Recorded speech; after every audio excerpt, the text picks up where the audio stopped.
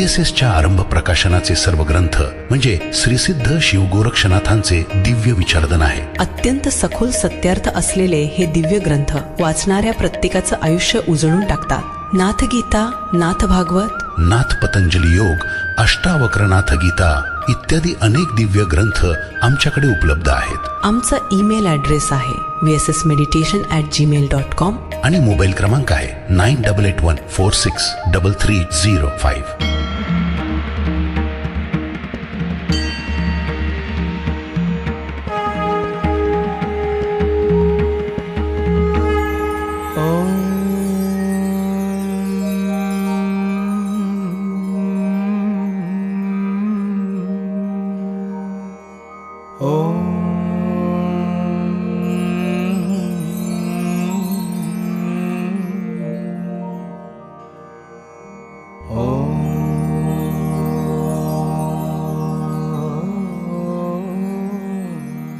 नमस्कार.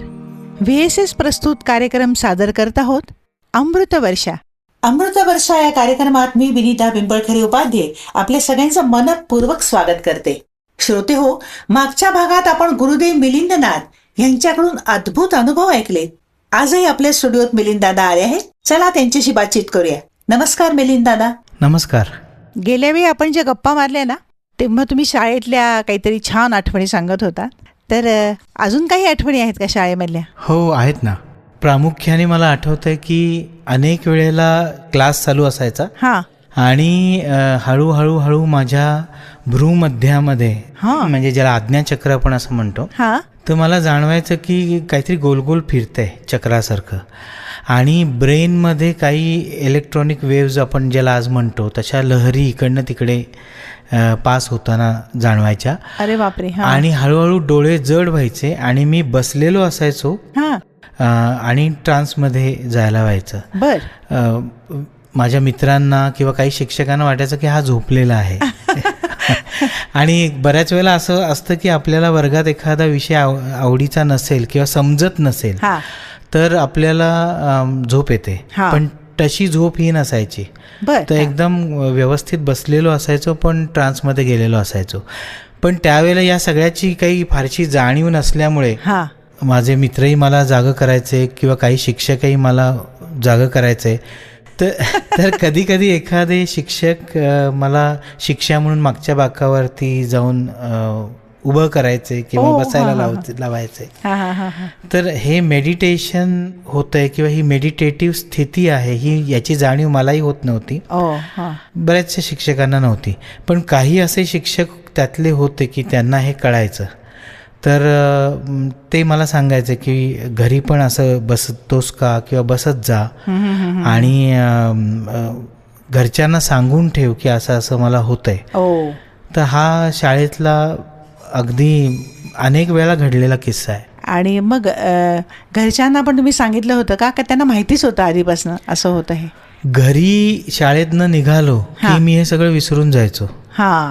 आणि मग घरात जाऊन काय खायचं प्यायचंय किंवा काय खेळायचंय, मागे ग्राउंडवर जाऊन काय खेळायचं, आमच्या घराच्या मागेच मोठं ग्राउंड आहे अजूनही शिवाजीनगरच्या, तर तिकडे खेळायचंय मित्रांबरोबर, ह्याच्यामध्ये मी हे सगळं विसरून जायचो. म्हणजे ही प्रोसेस ना नॅचरली व्हायची. मी काही ठरवून तेव्हा करत नव्हतो किंवा मला याची, मी म्हटलं तसं की काही पूर्ण जाणीव पण नव्हती. तर असं होतं आणि ते छान वाटतं, एवढ्यापर्यंतच ते मर्यादित होतं.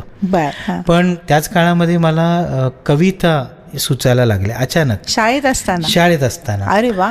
तर मला कविता सुचायच्या आणि सगळेजण कौतुक पण करायचे. आणि एक मी वेगळ्याच जगात होतो त्याही वेळेला, मला आता जाणवतं. आणि एक इनोसेंट असं ते सगळं जग असल्यामुळे त्याचं कौतुक तेवढ्यापुरतं घ्यायचं, छान आनंदी व्हायचं, वा म्हणायचं आणि विसरून जायचं, असा तो सगळा काळ होता. आज आता त्या कविता मागे वळून बघताना असं जाणवतं की त्या कविता स्पिरिच्युअली इन्क्लाइंडच होत्या. त्याच्यामध्ये सुद्धा तोच भाव होता जो आत्ताच्या नाथांच्या साधनेच्या काळामध्ये मला जी गाणी आली त्याच्यामधून जो भाव येतोय तो तसाच होता. छान. आम्हाला ऐकवा ना कविता. ठीक आहे, मला आता एक आठवतीये ती म्हणतो मी. जीव चिमणी एवढा, इच्छा आभाळा एवढी, बळ पंखातच नाही तुझी भरारी केवढी, वा जिद्द चिमुकल्या ओठी पिण्या सागरा एवढी, घोट घशात माईना तुझी तहान केवढी. वा वा नाही करण्या निराश पाढा वाचला हा सारा, 5 फूट देह तुझा किती मांडला पसारा. वा वा अवाक्यात काही केल्या तुझ्या सार हे येईना, परी वेड्या तुझं मन त्याच्याकडे का धावेना. वा वा परी वेड्या तुझं मन त्याच्याकडे का धावेना. वा मस्तच लिहिली. आणि शाळेच्या वयात वगैरे लिहिली म्हणजे खूपच त्याच्यामध्ये मॅच्युरिटी आहे. हो, म्हणजे मला आता आश्चर्य वाटतं की असं काही कसं काय लिहिलं गेलं. दैवी देणगी असते म्हणतात तसं आहे. कृपाच कृपा बरोबर. आणखीन एक ऐकवा मग आपण. ओके. एक शालीचा उल्लेख असलेली कविता आहे, रूपकात्मक आहे आणि सांज त्याच्यामध्ये असा शब्द प्रामुख्याने येतो. ऐकता ऐकता आपल्याला त्याचा अर्थ सहजपणे कळतो. पण वळणावरती शाल घेऊनी सांज उभी होती, डोळ्यांमध्ये करुणा आणि आसवांचे मोती. वा कुट्ट काळ्या शालीचा मज अर्थ समजला होता, अंतर नव्हते फारही कारण प्रवास छोटा होता. इतुकी वळणे आली गेली यासम अद्भुत नव्हती, नव्हता प्रवास एकट्याने आणिक कोलाहलही भवती. शाल पांघरून सांज म्हणाली थोडा घे विसावा, खूप वाटुली पाहून थकले साहवेना दुरावा. वा रंग वेगळा संग वेगळा विश्व चिमुकले अपुले, अनंतातला प्रकाश बघुनी अंतर डोळे दिपले. वा वा अंतर डोळे दिपले. छान मस्तच. मला वाटतं शाळेमध्ये तुम्ही नाटकातनं वगैरे पण भरपूर कामं केलेली आहेत, वेगवेगळ्या भूमिका. हो हो. शाळेत मी म्हटलं तसं की मला मॉन्टेसरीमध्ये काम केलेलं तेव्हापासूनचं आठवतंय. आणि दरवर्षी मग शाळेमध्ये ज्या काही ॲक्टिव्हिटीज व्हायच्या, गाण्याच्या असतील, नाटकातल्या असतील किंवा नृत्याशी संबंधित असेल, त्याच्यामध्ये भाग घेणे किंवा आम्हाला शिक्षक फोर्स करायचे की ते शाळेमध्ये टॅलेंट हंटसारखं असायचं की ते माहिती असायचं की अरे हा गाऊ शकतो, हा ॲक्ट करू शकतो, हा नाचू शकतो. तर मग जेवढ्या स्पर्धा होतील त्याच्यामध्ये भाग घेण्यासाठी मला निवडलंच जायचं. आणि अनेक बक्षिसं मी मिळवलेली आहेत अभिनयामध्ये, गाण्यामध्ये. तर हा प्रवास चालूच होता. मला विशेष नृत्याबद्दल वाटतं, कारण त्याच्यानंतर मला वाटतं कॉलेजमध्ये असताना पण त्याचं शिक्षण, रेग्युलर शिक्षण तुम्ही घेतलं ना. हो, आमच्या मॉडर्न शाळेमध्ये नंदकिशोर कपोते हे शाळेचे विद्यार्थीच होते. मग ते शाळेत बऱ्याच वेळेला भेट द्यायचे, नृत्याचं त्यांचं सादरीकरण व्हायचं. आणि मला नृत्याची का कोण जाणे आवड होती माहिती नाही. आणि त्यातही तांडव किंवा लास्य हे जे शिवाचं नृत्याचा प्रकार आहे तो मला भयंकर आवडायचा, नटराजाची पोज वगैरे. तर शाळेच्या संपता आणि पुढे कॉलेजची वर्ष, अशी सगळी वर्ष मी नृत्य शिकलो, कथ्थक शिकलो मी आवड म्हणून. शाळेमध्ये आमच्या ज्या शिक्षिका होत्या त्यांच्याकडून मी क्लासिकलचे धडे घेतच होतो. पुढे कॉलेजमध्ये गेल्यानंतर, इंजिनिअरिंग कॉलेजमध्ये होता ना तुम्ही? आधी मॉडर्नच्या सायन्सला मी 11वी-12वी केलं सायन्स. आणि मग भारतीय विद्यापीठला मी प्रोडक्शन टेक्नॉलॉजी केलं. नंतर IMDRचं मी मटेरियल्स मॅनेजमेंट केलं. तर हा प्रवास चालूच होता शिक्षणाचा. पण त्याच्यामध्ये मी पंडित दिवाण सर असतील, करंदीकर सर असतील आणि नंतर पंडित राम माटे यांच्याकडे गायनाचे धडे घेतले. पण म्हणजे मला खंत वाटते की मी या सगळ्या गोष्टींकडे खूप सिरियसली बघितलं असतं तर कदाचित हा प्रवास वेगळा पण घडला असता. तर नृत्याचा पण तिथे चालूच होता भाग. कॉलेजमध्येही मी फिरोदियामध्ये भाग घेतला, तिथेही बक्षिसं मिळवली गाण्यामध्ये, बेस्ट सिंगर म्हणून. नंतर ते कॉलेजमधल्याही नाटकांमध्ये काम केलं. मुरुची मावशी नावाचं नाटक होतं, त्याच्यामध्ये मी आचार्य यात्र्यांचं त्याच्यामध्ये काम केलं. कोणता रोल केला होता? बंड्याचा, मावशी बनतो तो बंड्या जो आहे त्याचा रोल केला. आणि खूप आवडला तो रोल कॉलेजमध्ये सगळ्यांना. त्यामुळे मग त्याचे कमर्शियल शो आम्ही केले. अरे वा. आणि त्यावेळेला सुयोग नाट्य संस्था होती, त्यांच्यातर्फे पण कमर्शियली ते नाटक चालू होतं.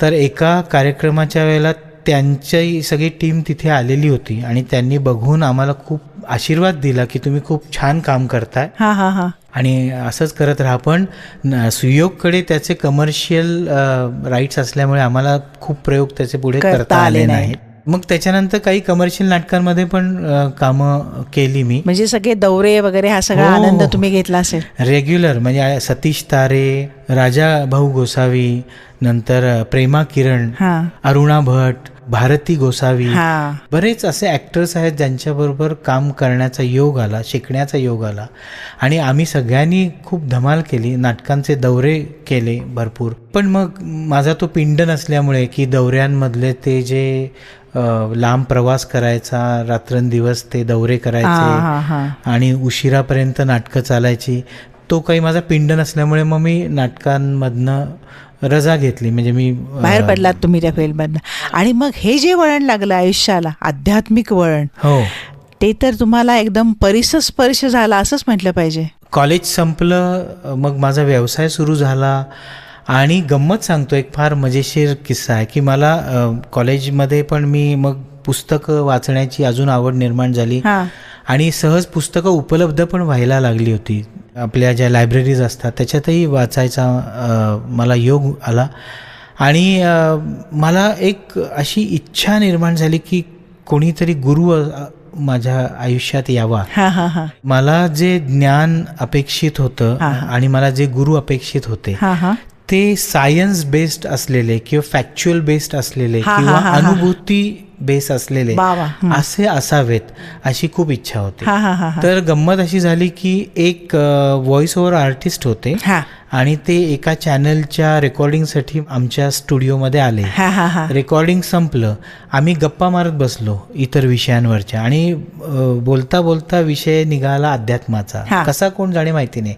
आणि मग त्यांना मी माझ्या या इच्छा सांगितल्या तर ते म्हणले, हो असे गुरु तुम्ही जे शोधताय आणि त्यांचं जे लिखाण शोधताय ज्या पद्धतीचं, ते पुण्यातच आहे. डॉक्टर पवी वर्तक, पद्माकर विष्णू वर्तक, आणि ते शनिवार पेठेमध्ये वर्तकाश्रम त्यांचा होता. हे त्यांनी सांगितलं. आणि त्यानंतर आजतागायत त्यांची माझी गाठभेट झाली नाही.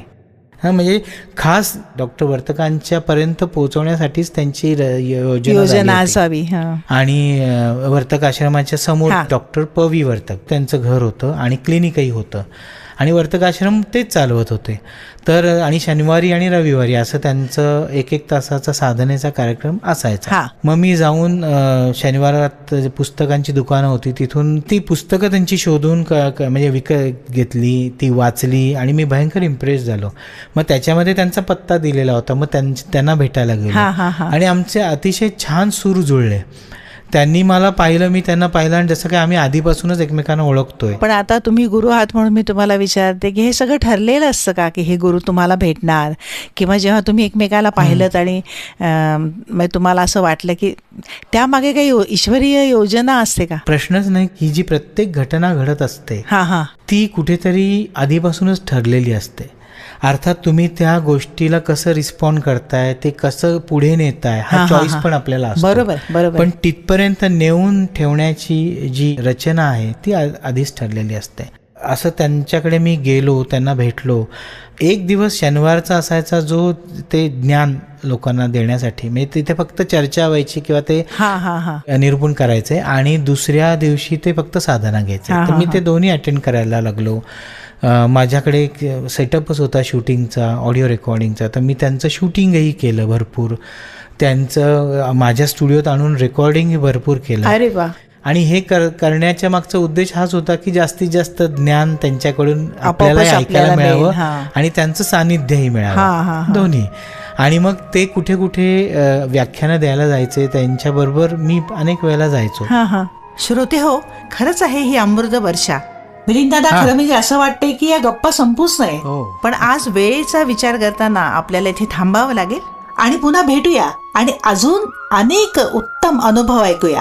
आमच्या वैश्विक सिद्ध साधनेशी जोडलं जायचं असेल तर फेसबुकवरचं आमचं अकाउंट आहे VSS मिशन, इंस्टाग्रामवरचं अकाउंट आहे नित्योपनिषद, आमची वेबसाईट आहे www.vssmission.in, आमचं युट्यूब चॅनल आहे VSS मिशन. तिथे तुम्हाला अनेक आध्यात्मिक कार्यक्रम बघायला मिळतील. तुम्हाला काही आध्यात्मिक प्रश्न असतील तर आम्हाला ईमेल करा. आमचा ईमेल ॲड्रेस आहे vssmeditation@gmail.com आणि फोन नंबर आहे 918308788500. पुन्हा भेटूया पुढच्या एपिसोड मध्ये.